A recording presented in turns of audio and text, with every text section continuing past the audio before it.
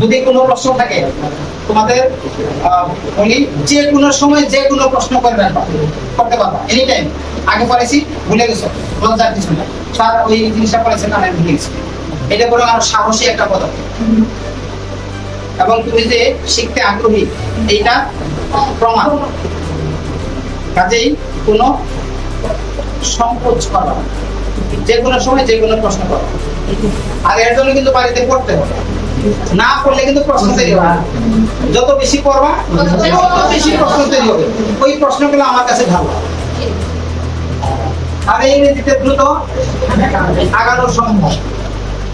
আর আমি যত চেষ্টা করি কাজ হয় না, কিন্তু তোমার চেষ্টায় আসো, প্রত্যেকের চেষ্টা করতে হবে।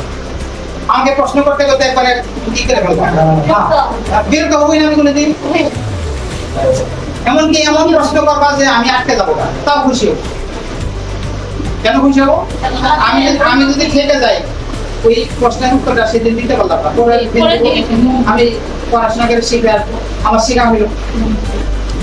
আমি শিখতেছি, তোমরা যখন শিখতে পারো আমি শিখবো। কাজে আমি একজন স্টুডেন্ট নিজে মনে করি।